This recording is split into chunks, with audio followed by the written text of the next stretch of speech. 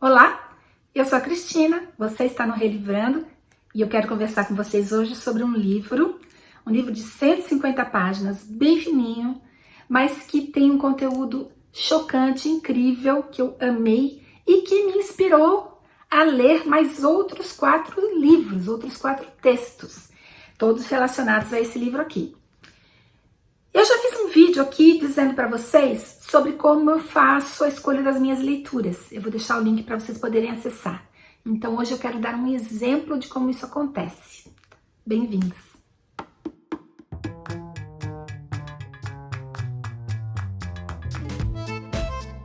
Eu vou começar esse vídeo contando para vocês uma experiência que eu tive quando eu fiz 50 anos.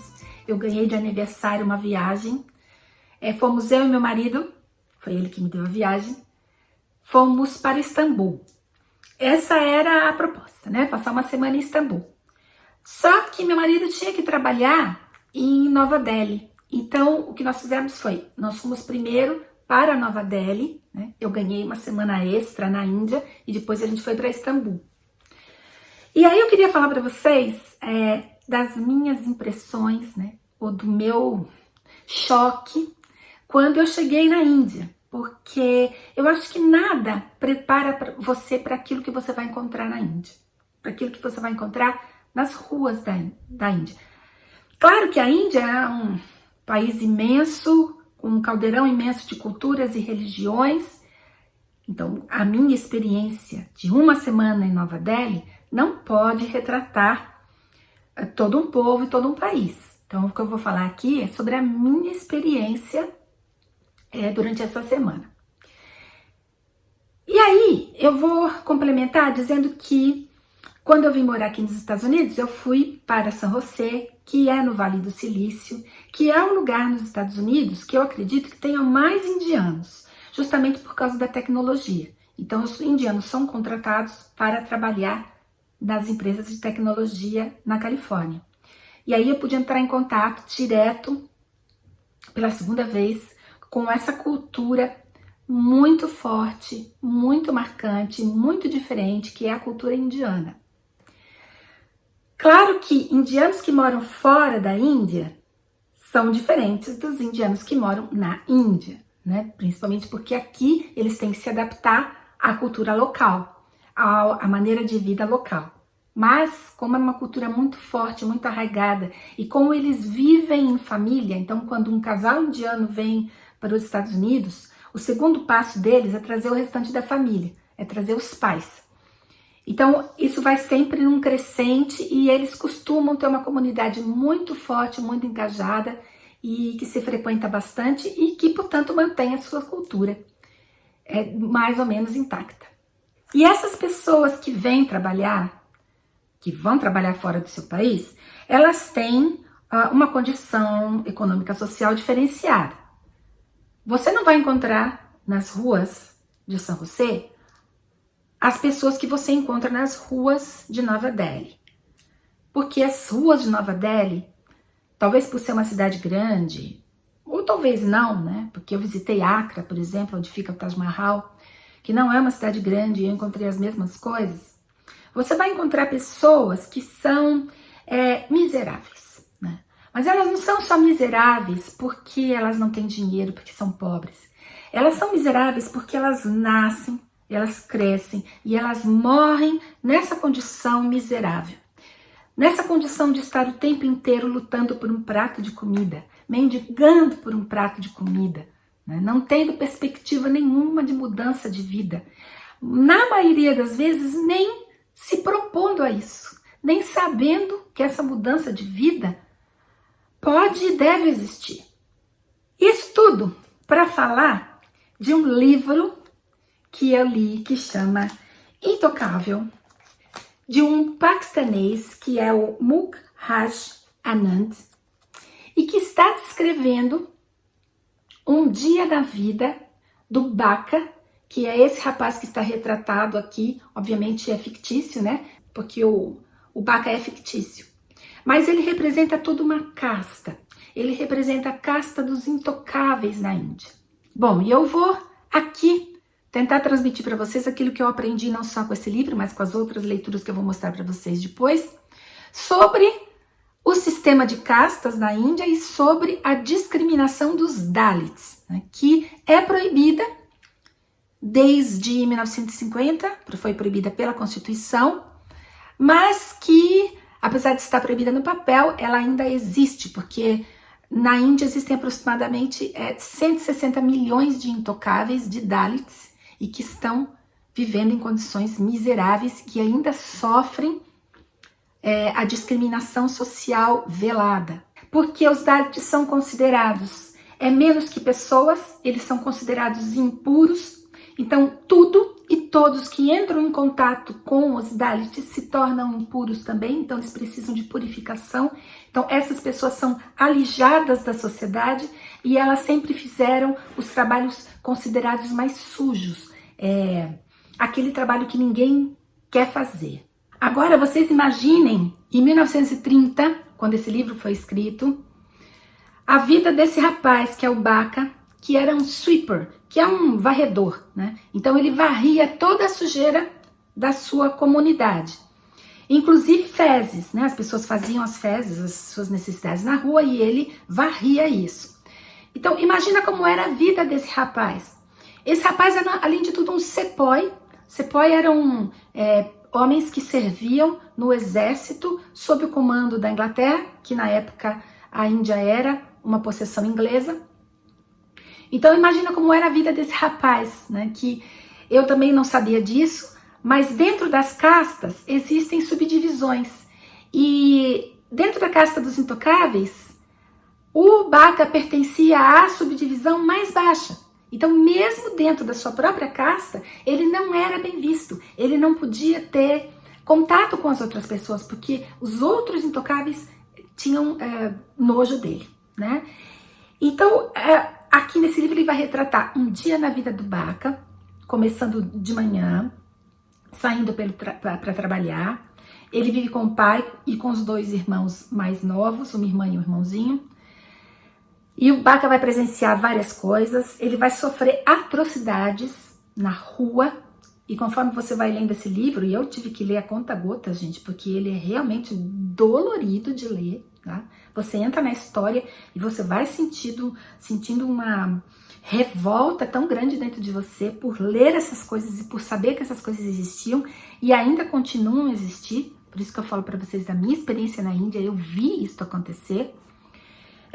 Essa crueldade, essa maldade, esse alijamento da sociedade, e o Baka vai descrevendo isso, e uma das coisas que ele tem contato é com um Brahman, né, que seria um clérigo, abusando da irmã mais nova dele, abusando sexualmente, e ele não pode fazer absolutamente nada. Vai passando o dia, ele encontra outro religioso, que é um sacerdote cristão, e que a única maneira que ele acha que pode ajudá-lo é trazendo ele para o cristianismo. E aí ele fica perdido, porque ele não consegue encontrar resposta nisso. E aí o livro vai terminar, e eu tô falando a história para vocês, porque eu acho que esse livro vai ser difícil vocês encontrarem em português, por isso que eu tô contando, tá? O livro termina com o Baka entrando no meio de uma multidão que está esperando que o Gandhi desça de um vagão de trem e fale com eles. E aí o Baka fica esperando também. E aí ele escuta o discurso e a fala do Gandhi, e pela primeira vez ele encontra uma luz. Começam a mostrar para ele que existe uma maneira de combater isso, que existe uma maneira de sair dessa situação. Quem mostra isso para eles, para toda uma população de intocáveis, é o Gandhi. E aí que vem as minhas outras leituras. Eu vou mostrar aqui um livro para vocês que é uma seleção de escritos do Gandhi, do John Deere. Claro que esse foi o livro que eu escolhi, porque é o livro que eu tinha na minha estante, tá? Mas vocês podem escolher qualquer livro com qualquer dos escritos selecionados do Gandhi, porque todos vão ser muito bons, porque você vai poder entrar em contato com aquilo que o Gandhi pensava, escrevia e praticava. Mas eu sugiro vocês a fazerem isso aqui que eu fiz, a pegar trechos dos escritos e das falas do próprio Gandhi. Então esse livro aqui vai dando todos os conceitos do Gandhi, vai mostrando pra gente, e conforme ele vai mostrando o conceito, ele explica, e aí ele mostra de onde foi que o Gandhi tirou, como foi que o Gandhi chegou a essa conclusão, o que é que o Gandhi dizia sobre isso, tá? Bom, fantástico, né, gente? Porque nada como você ler na fonte, né? Nada como você ler sem os tais intermediários. Tem um capítulo que chama A Procura da Verdade, né? E nesse capítulo aqui, o autor começa fazendo uma descrição do que é que Gandhi quer dizer com isso, né? Com a procura da verdade. Para Gandhi, né? Deus é verdade e, portanto, a verdade é Deus. Então, eu acho que a grande inovação que ele fala aqui, que Gandhi fez, não foi só a procura espiritual por Deus, mas foi a aplicação social e política da procura espiritual pela verdade. Interessante porque isso nasceu no Gandhi, né? Em 1908, enquanto ele trabalhava na África do Sul, quer dizer, enquanto ele estava fora da Índia. E aí ele cunhou uma palavra que é bastante conhecida, que é Satyagraha. Vou deixar escrito aqui para vocês verem.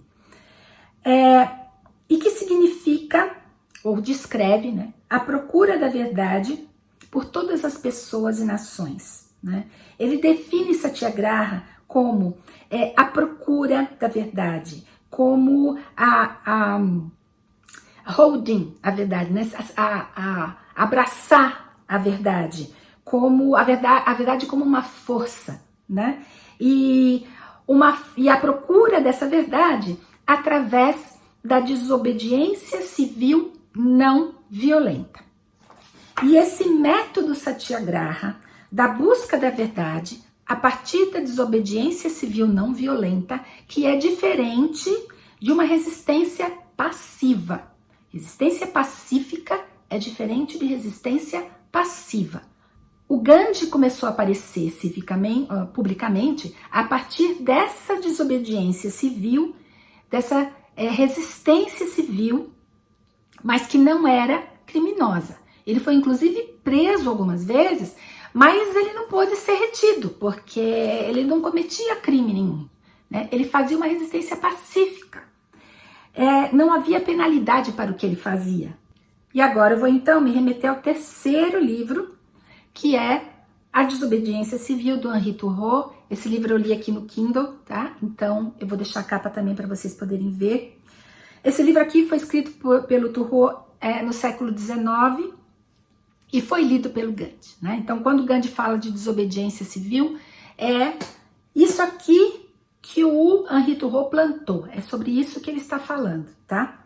Bom, esse livro aqui tem vários textos, mas obviamente eu vou falar do texto A Desobediência Civil propriamente dita.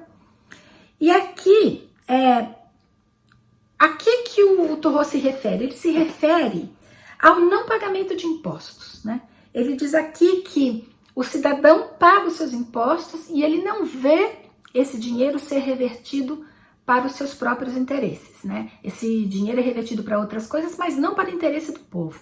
Então, ele prega que, como desobediência civil, não se pague os impostos, né, para não deixar na mão dos governantes um dinheiro que vai ser mal empregado. Só que, ao não pagar impostos, ele prega também que você tem que arcar com as consequências, né? Inclusive a prisão, que foi o que aconteceu com ele em uma situação aqui. Eu vou citar esse trechinho aqui porque eu acho que é importante para a gente também poder entender de onde o Gandhi tirou essas ideias, né? Se 1000 homens deixassem de pagar seus impostos este ano, isso não seria uma atitude violenta e sangrenta. Violento e sangrento seria pagá-los, capacitando o Estado a cometer violência e derramar sangue inocente. Este é, com efeito, a definição de uma revolução pacífica, se tal coisa é possível, né? E aí, ele fala o seguinte, uma minoria é impotente enquanto se conforma à maioria. Não chega nem a ser uma minoria. Então, mas é irresistível quando intervém com todo o seu peso. E aí eu fico imaginando Gandhi lendo isso e pensando nos Dalits, falando, poxa, é uma minoria, mas que é uma grande minoria. E que não é por ser minoria, ela tem que ser ignorada, ela tem que ser massacrada, ela tem que ser alijada da sociedade. E aí ele encontra isso aqui no texto, olha só. Será a democracia tal como a conhecemos o último aperfeiçoamento possível em matéria de governo? Não será possível dar um passo adiante em relação ao reconhecimento e à organização dos direitos do homem? Jamais um Estado será verdadeiramente livre e esclarecido se não reconhecer o indivíduo como um poder mais elevado e independente, do qual deriva todo o seu próprio poder e autoridade, e não o tratar de modo apropriado. Então, aí vem aquela ideia, né, de que o indivíduo é muito importante. Você não deve esquecer do indivíduo. O indivíduo é a unidade, a menor unidade e a mais importante da sociedade, né? E principalmente esse indivíduo forma uma certa massa, e essa massa tem que ter voz, né? Claro, a democracia é o governo da maioria, mas isso não significa que a minoria tem que ser massacrada, tem que ser esquecida, tem que ser alijada. Não, ela tem que ser ouvida e ela tem que ser tratada com respeito, com dignidade, né? Com o mínimo, né, que todas as pessoas merecem ser tratadas, tá? Então vejam, o Gandhi, lendo esse texto do século XIX, ele encontra exatamente o embasamento para aquilo que ele pensava, né? Que você pode exercer uma desobediência civil, baseado nisso aqui que eu acabei de dizer, pacífica, mas não passiva, né? E ajudar as pessoas do país dele. Agora, vamos à próxima leitura. A próxima é um livro, vou deixar também na tela, porque esse aqui eu li no iPad. Mahatma Gandhi e sua luta com a Índia, é do Joseph Lelyveld, né? Tem em português. E eu vou me referir exatamente ao capítulo número 2, que é o capítulo da questão dos intocáveis. Ele chama a questão dos intocáveis, tá? Nesse capítulo aqui, esse autor vai explicar direitinho o que é a questão dos intocáveis, como ela era vista pela sociedade, como foi que o Gandhi percebeu isso e como foi que ele pensou numa solução para isso, tá? E qual que era a luta dele em relação a isso. Bom, ele começa esse capítulo, a questão dos intocáveis. Todo livro é legal, tá, gente? Mas esse aqui é porque eu tô falando de intocáveis, né? Então, ele começa fazendo uma citação do Naipaul, V.S. Naipaul. O Gandhi era o menos indiano dos líderes indianos, tá? Por quê? Porque toda essa ideia, e eu já falei isso aqui antes no vídeo, toda essa ideia de satyagraha nasceu quando Gandhi estava na África do Sul e não quando ele morava na Índia. Então, quando ele voltou para a Índia, depois desse tempo fora, ele já voltou com essas ideias. E aqui, o Naipaul faz uma comparação do Gandhi com outros líderes, inclusive com pessoas como ele, neste livro aqui, tá? E aí nós vamos para uma outra leitura, que é esse aqui. An Area of Darkness, A Discovery of India. Esse livro aqui eu ainda não li, tá? Por quê? Eu já li outros 2 livros do Naipaul, já fiz vídeo dele aqui, desse autor, eu vou deixar aqui o link para vocês poderem ver. E quando eu li esse capítulo, A Questão dos Intocáveis, que se referencia a este livro aqui, que se me remetia, desculpa, a esse livro aqui, eu comprei e falei, bom, eu vou ler. Não deu tempo de ler antes de fazer esse vídeo aqui, mas saibam que está aqui na minha lista, tá? E por que que o Naipaul falou que o Gandhi era o menos indiano dos líderes indianos? Porque Naipaul foi para a Índia, só que o Naipaul nasceu em Trinidad e Tobago e ele viveu a vida inteira em Trinidad e Tobago dentro de uma família indiana. Que, como eu falei também lá no início do vídeo, são famílias que abraçam, né? Então toda a cultura está ali presente, a cultura indiana dentro da família. Então foi isso que o Naipaul viveu. Só que ele viveu isso num país que não era índio, em Trinidad e Tobago. Então, quando ele foi pela primeira vez para a Índia, ele escreveu esse livro sobre o que ele sentiu, sobre as impressões dele e sobre o que ele pôde entender, por exemplo, da visão do Gandhi em relação à Índia, que é a visão de alguém que está de fora e consegue ver a sua cultura, né? Então, eu estou de fora do Brasil, eu tenho uma outra visão da minha cultura brasileira, diferente ou ampliada, né? Não é nem diferente, mas é ampliada em relação a quando eu morava aí, nunca tinha saído daí. É a mesma coisa que ele está falando aqui. O Gandhi ampliou a visão dele em relação aos problemas sociais da Índia, quando ele conseguiu sair da Índia, ficar fora daquele problema. E aí ele conseguiu não só ver o problema, como tentar uma solução. É isso que o Deipo vai trazer nesse livro aqui. Mas eu queria falar para vocês que esses 5 livros aqui são complementares e é assim que eu gosto de fazer as minhas leituras. Eu pego um livro de ficção, por exemplo, como esse aqui, Untouchable, sobre o qual é este vídeo, e acabo encontrando outras leituras que complementam, que me ajudam, que me fazem entender melhor as ideias que estão aqui, que me fazem entender melhor a postura do autor, e com outras leituras eu consigo entender o que ele quer dizer muito melhor. Claro que eu não preciso de tudo isso para gostar desse livro, esse livro é maravilhoso por si só. Mas essas outras leituras complementam, ajudam, engrandecem. E é assim que eu faço sempre, tá bom? Por isso que ler é infinito, né? É um ato infinito, é um ato inacabado. Você nunca lê tudo, você nunca consegue esgotar um assunto. E isso que eu acho que é o mais legal, gente. Não precisa esgotar, porque eu acho que o caminho é muito mais gostoso do que o fim. Então, o caminho, encontrando essas leituras, aprendendo essas coisas, complementando os livros, é muito mais gostoso do que dizer, pronto, acabei, já li tudo. Que, obviamente, isso nunca vai acontecer, né? E é isso. Eu espero que vocês tenham gostado. Esse vídeo imenso, né, com todos esses livros aqui, são sugestões de leitura. Vocês podem ler várias coisas sobre o Gandhi por aí, sabendo que o Gandhi influenciou pessoas como Martin Luther King Jr., o Mandela, né, o Tutu Desmond e por aí vai, né? Ele influenciou muitíssimas pessoas ao redor do mundo. Aquilo que ele pensava e escreveu ainda é estudado e é divulgado hoje, né? Então, eu acho que é uma coisa interessante da gente aprender, né? Da gente, pelo menos, ter contato uma vez na vida para poder entender o que significa, tá? Se vocês gostaram desse vídeo, deem um joinha. Se vocês não são inscritos no canal, agora é a hora de se inscrever e boa semana para vocês!